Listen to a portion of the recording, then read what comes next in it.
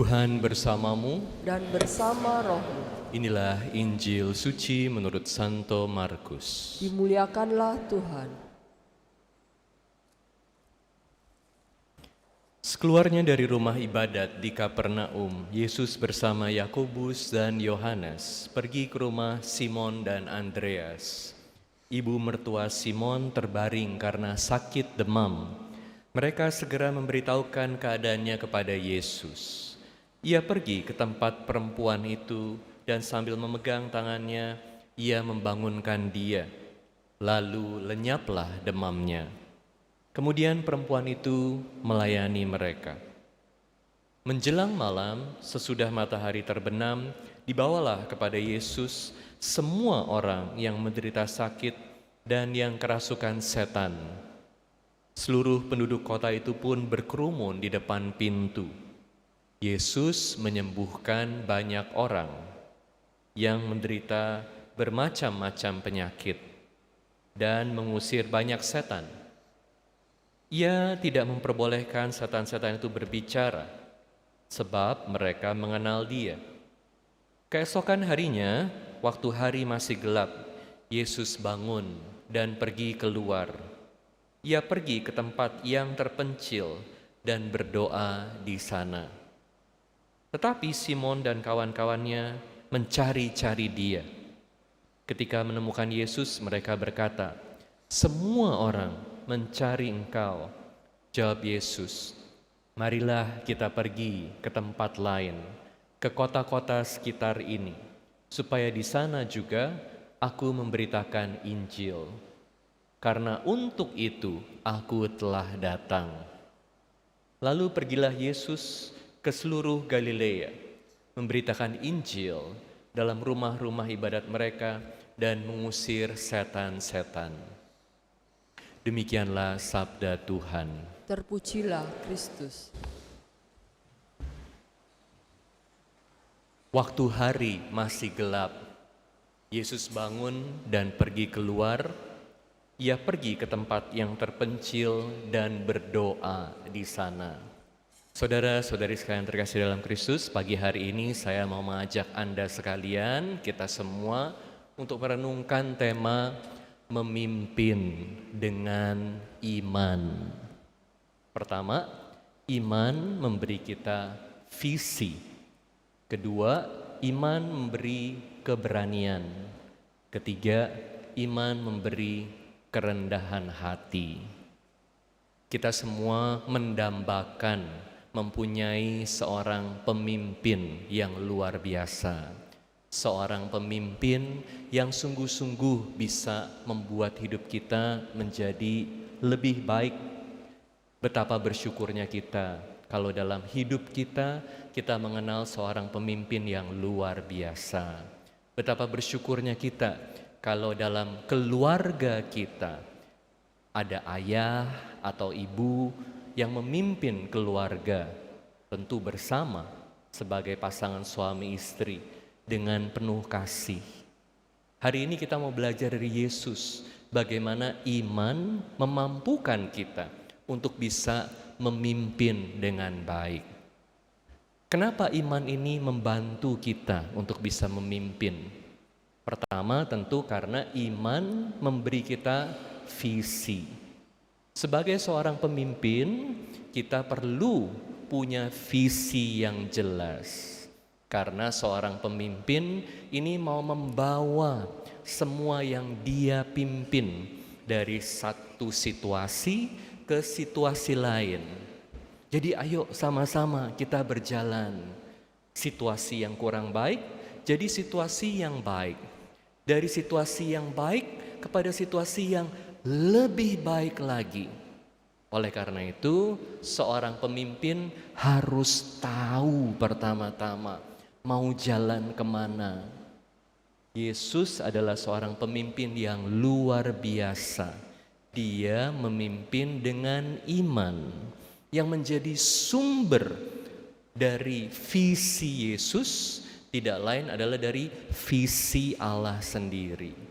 Maka kita melihat Yesus ini pagi-pagi sekali, hari masih gelap, Tetapi Yesus sudah pergi mencari tempat yang sunyi untuk berdoa. Luar biasa ya. Kalau kita diberi kepercayaan untuk memimpin, mau itu memimpin keluarga, komunitas, apalagi perusahaan yang besar, kita harus selalu punya waktu. Tanya sama Tuhan, Tuhan, apa visi yang Kau berikan kepada aku? Aku harus buat apa? Penting untuk tahu buat apa. Dalam hidup kita bukan hanya mencari menyenangkan orang lain. Tapi yang paling penting adalah menjalankan kehendak Tuhan. Tapi Romo, kalau kita ini membuat orang kecewa, apa kata tetangga? Apa kata anak-anak? Apa kata dunia, Romo? Ngapain dipikirin? Kenapa mesti pikirin apa kata dunia? Kita harus pertama-tama pikirin apa kata Tuhan. Tuhan mau apa dalam hidup kita? Jangan hanya dengerin dunia, jangan hanya mau bikin orang seneng. Harus bikin Tuhan seneng. Dan itu yang kita harus cari sebagai seorang pemimpin. Maka harus punya waktu untuk berdoa, tanya sama Tuhan. Jadi setiap kali kita membuat keputusan, setiap kali kita mau bawa semua orang yang ikutin kita pada tujuan tertentu, apa yang kita harus tanya? Mana yang benar, mana yang salah? Ini yang harus menjadi prinsip dari seorang pemimpin. Bukan mana ya yang bikin dia seneng. Seringkali kalau kita hanya tanya mana yang bikin orang lain seneng, mana yang bikin istri seneng, mana yang bikin suami seneng, mana yang bikin tetangga seneng, mana yang bikin anggota seneng. Coba Anda teliti lebih baik lagi. Apakah pertanyaan ini karena Anda benar-benar peduli dengan orang lain? Atau hanya karena Anda peduli sama diri sendiri? Mencari afirmasi dari orang lain. Mau supaya orang lain ini setuju sama Anda dan mengagumi Anda. Kenapa begitu? Karena ada banyak orang, ada banyak pemimpin yang sebetulnya pengecut. Takut kalau dikritik, takut kalau nggak diterima. Dan tentu ini adalah ketakutan dari banyak orang. Gimana ya nanti kalau aku diomongin jelek ya? Gimana ya kalau aku ditolak ya? Gimana ya kalau dia nggak senang sama aku ya? Tapi menjadi seorang pemimpin harus berani. Makanya sumber kekuatan kita, kalau kita adalah pemimpin yang baik, dimanapun kita berada, itu bukan apa kata orang tentang kita. Kekuatannya bukan dari luar.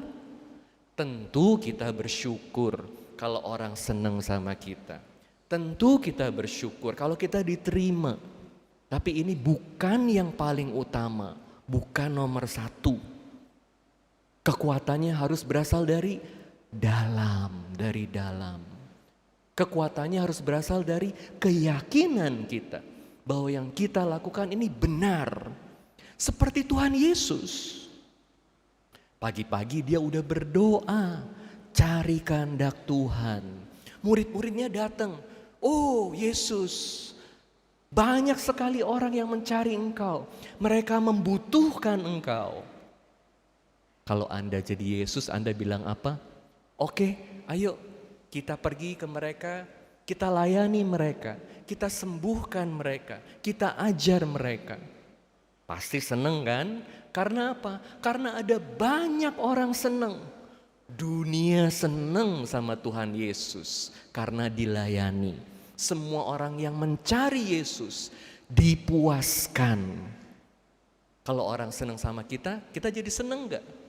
Lagi-lagi ini seringkali hanya memuaskan ego sendiri aja. Kalau orang lain seneng sama aku juga seneng. Aku merasa hebat, aku merasa diterima, aku merasa keren. Tetapi pertanyaannya, apakah itu yang Tuhan mau Anda lakukan? Yesus jawab apa? Dengan sangat tegas. Tegas. Yesus bilang, tidak. Kita harus pergi ke tempat lain untuk mewartakan sabda Tuhan. Nah, lihat ya. Jadi seorang pemimpin juga harus berani mengatakan tidak. Mengatakan tidak pada istri, mengatakan tidak pada suami, mengatakan tidak pada anak-anak, mengatakan tidak kepada semua yang dipimpin, walaupun dengan risiko diomongin jelek, walaupun dengan risiko ditolak. Gak apa-apa. Karena apa? Karena kita tahu apa yang kita harus lakukan. Tetapi tentu ini tidak mudah. Makanya harus punya visi yang jelas. Harus bersumber dari iman, kekuatan dari Tuhan. Tahu dengan jelas mana yang benar, mana yang salah. Sehingga saat kita ditolak oleh banyak orang, kita punya kekuatan dari dalam. Yang selalu menginspirasi kita, yang selalu membuat kita jadi berani, yang selalu memberi kekuatan kepada kita. Berani, karena ada kekuatan dari Tuhan. Dan gak berhenti di situ. Kabar gembiranya, kalau kita ini selalu bersumber pada iman, mencari kekuatan dari Tuhan, kita jadi pemimpin yang rendah hati. Apa artinya rendah hati? Kita tahu siapa kita. Siapa kita bukan ditentukan oleh apa yang dunia katakan tentang kita. Yesus tahu persis siapa dia. Yesus tahu persis apa misinya. Tuhan mau supaya Yesus mewartakan kabar gembira kepada banyak orang. Dan itu yang dia lakukan. Dia gak merasa kecil. Aduh, orang ngomongin aku jelek. Aku merasa rendah diri. No, itu bukan kerendahan hati. Itu rendah diri, minder. Orang yang rendah hati tahu bahwa dia diberi kepercayaan oleh Tuhan. Orang yang rendah hati tahu bahwa dia diberi kepinteran, dia diberi kemampuan, dia diberi banyak bakat, dia diberi tugas oleh Tuhan. Aku dapat tugas untuk memimpin keluargaku. Lalu mesti minder kalau ditolak? No, harus terus berani karena ini adalah tugas yang Tuhan kasih. Ingat, orang yang rendah hati itu bukan orang yang tahu bahwa dia pinter, tapi bilangnya enggak lah, aku biasa-biasa aja. Itu kerendahan hati palsu. Orang yang rendah hati tahu bahwa Tuhan kasih dia kepinteran, tapi bukan untuk diri dia dan bukan dari dia, tetapi dari Tuhan. Bukan untuk dia, tetapi untuk semua orang yang dia pimpin. Kalau Tuhan kasih Anda talenta untuk bisa mengerti orang dengan baik dan memberi nasihat kepada orang, bersyukur kepada Tuhan. Kalau diminta nasihat, enggak lah kamu lebih pinter dari aku, kamu pasti lebih ngerti. Ini namanya kerendahan hati palsu. Harus bilang, oke, apa masalahmu? Kita doa sama-sama ya, kita minta supaya Tuhan bimbing kita. Karena berbagai keputusan yang kita mau lakukan, ambil ini dari Tuhan. Tapi dia udah kasih kepada kita kemampuannya. Dan oleh karena itu kita harus bersyukur, harus berani, harus gunakan itu sebaik mungkin. Tetapi juga secara bersamaan, walaupun banyak orang yang menolak kita, karena kita tahu kekuatan kita bukan dari mereka, tetapi dari Tuhan, dan Tuhan sendiri yang memampukan, Tuhan sendiri yang melindungi, maka kita jalan terus bersama Tuhan. Kita belajar dari Yesus. Semoga kita semua memimpin dengan iman, memimpin dalam doa. Sehingga kita semua bisa jadi pemimpin yang punya visi, pemimpin yang berani, dan rendah hati. Karena Tuhan yang melindungi berbagai karya yang dipercayakan kepada kita supaya bisa dijalankan dengan baik. Satu tokoh yang luar biasa dalam gereja, namanya Joan dari Arc. Joan dari Arc, pernah dengar gak namanya? Dia udah difilmin hidupnya, udah ada beberapa film. Joan dari Arc ini adalah seorang anak cewek, muda banget, waktu dia memimpin Prancis, Satria Prancis dia pimpin 700 orang untuk mengalahkan Inggris. Anda bisa bayangin anak umur segitu, dia mendapat panggilan untuk memimpin waktu dia baru umur 14 tahun. Luar biasa ya. Dan Joan d'Arc ini menjadi santa dan diangkat sebagai pelindung, santa pelindung Prancis. Anda bisa bayangkan betapa luar biasanya anak muda ini. Gimana ceritanya?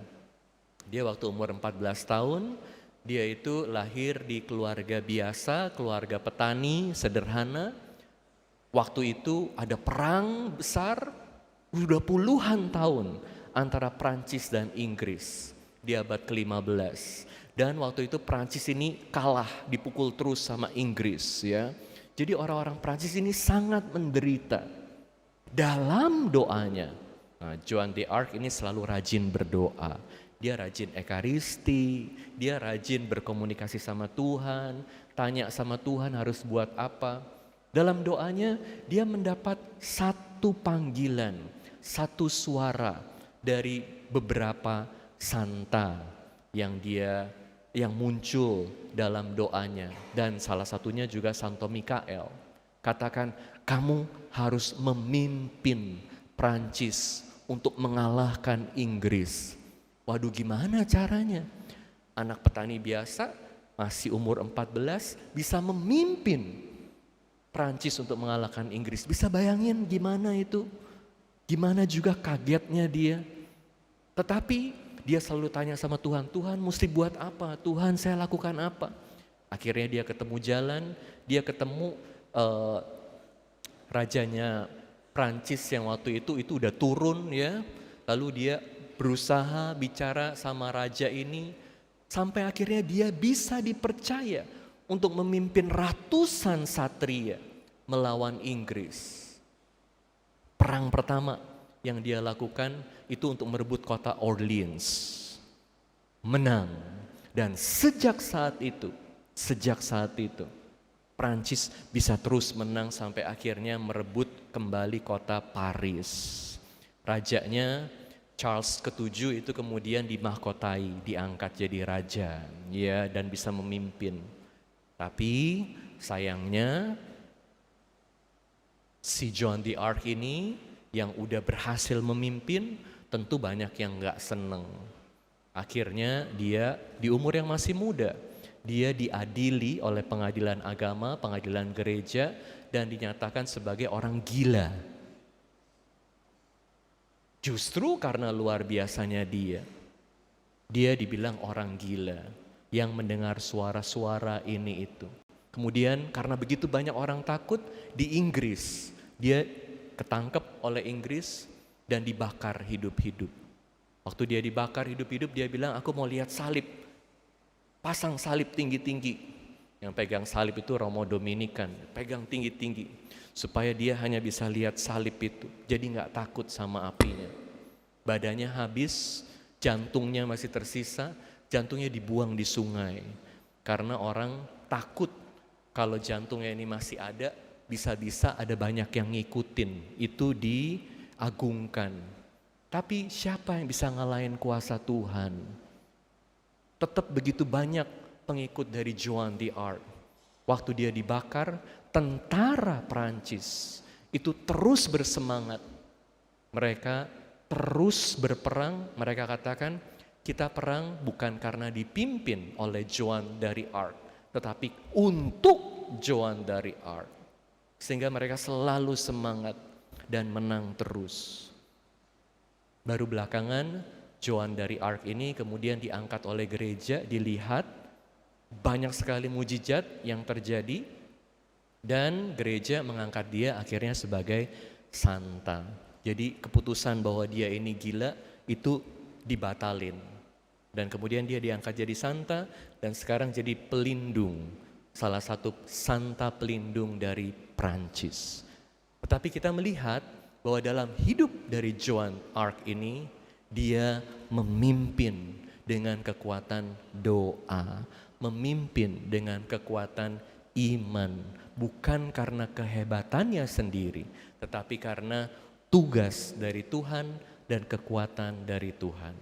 Semoga kita semua juga bisa memimpin dengan iman. Amin.